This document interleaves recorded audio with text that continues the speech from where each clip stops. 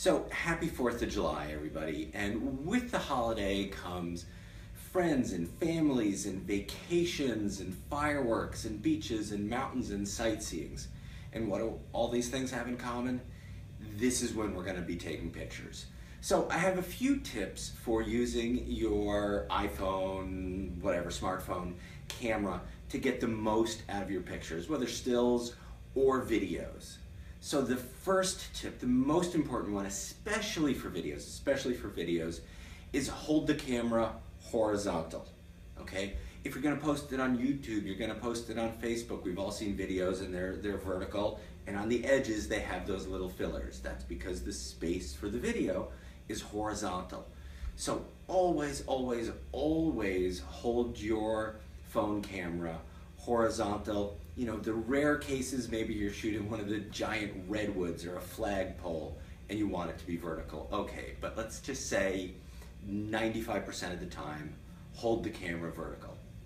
And then the other thing is shoot from different heights. If you look at pictures on Facebook, or now next time you're looking at your social media, or even your friends' pictures, you'll see just about every picture is taken somewhere between, let's say 5 feet and 6 feet, because that's eye level. So we're all familiar with that. It's not so interesting. Get down, lie on the ground, or put your picture on the ground and sort of shoot up. Maybe there's something that you want to capture, or even stand on something and shoot down. Who knows what you'll be able to get in the picture or the video that's going to be just a little different, a little more interesting, a little more creative. And then when you're out, you're at Mount Rushmore, you're at the beach or whatever, try to capture people in those pictures. You know, we've all seen 1,000 pictures of the Grand Canyon. It's beautiful, I get that. But let's shoot a picture of our family, our friends. People react to people, even in our brains. Different parts of the brains light up when we're looking at faces versus scenery. So, you know, shoot your kids, shoot your spouse, capture them at this monument. And that's what you're gonna wanna remember. You're not gonna wanna remember, oh, we saw Mount Rushmore. You're gonna wanna remember the time the whole family went to Mount Rushmore.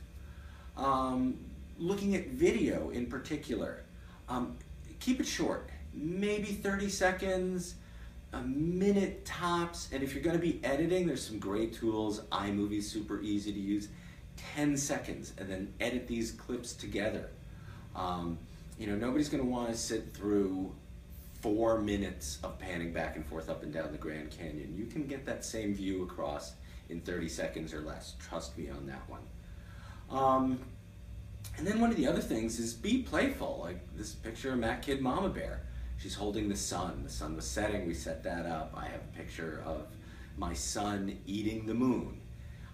Play with that perspective and that depth of field and different things in the foreground and the background. You know, you can have someone, I did a picture once, you hold your hand out and people are in the background, maybe upstairs, and it looks like all these little people are sitting in your hand. So get creative and playful. There are different things that you can do, and especially with video, don't just have people stand there, it's video. Have them move, have them strike a pose, have them copy the pose of a statue that you're in front of, or maybe, you know, again, Mount Rushmore, you know, something a little thoughtful, you know, like Abe Lincoln. And then again, also, speaking of video, don't be afraid to move around. Move slowly, because it's going to seem faster, but you can actually walk towards something, you can sort of pan around. But that'll make the whole video a little more dynamic, even if your subject, despite what you say, is standing still. Moving the camera will give it some action. And also, whether with pictures or with video, you know, tell a story. Try to take them sequentially. Let's say you're pulling into a national park. 99 times out of 100, there's probably a big sign that says, "Welcome to Yellowstone." That's going to set the whole scene for the rest of your video. If you're making a video and editing it, or if you are taking a bunch of stills, you have that welcome to Yellowstone or Everglades, wherever you are, or the beach. That will set it. And if you're driving there, one of the things that's kind of fun is to set your phone or camera up for a time lapse. And time lapse maybe 5 minutes of the drive, and everybody gets the impression, okay, and again, weaving that into part of the story. And if you're fortunate enough to have an iPhone 7 and they have that new portrait mode where the face of the person or the person you're trying to capture is really crystal clear, and then the background is all blurry, you know, that's what the great photographers do with their depth of field. And if you are going to do that, a couple of tips for using portrait mode in the iPhone 7 is have the background farther away from the subject. So you wouldn't want to be standing right here and have the background here. You'd want the person standing in the background, you know, 20, 30, 50, 100, or, you know, who knows, it could be way off in the distance, mountains, you know, and that will expand and make that portrait mode effect that much crisper.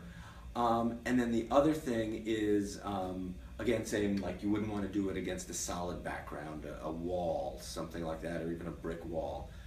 You want it to have some texture, whether it is some mountains or some trees or some kind of scenery. And again, this is when using that portrait mode, so the front, so the image will really stand out, the subject, the person, and the background is going to have that sort of blurry effect with different features, and that's going to make that have that crisp, real professional look to it. So those are some tips for shooting July 4th, this whole summer and holidays. So get out there, do it, load it up, tag MacKid, hashtag MacKid, or me at Macaroni Dad, and let's see some of your creations. Have a great and safe holiday, everyone.